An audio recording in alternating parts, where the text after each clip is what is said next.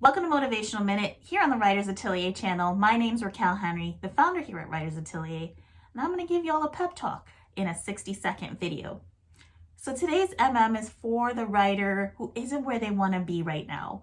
It's the writer who's probably looking around and thinking, why is this taking so long? That writer is honestly often me. And my reminder for you all today is that every single writer has their journey. So love yours.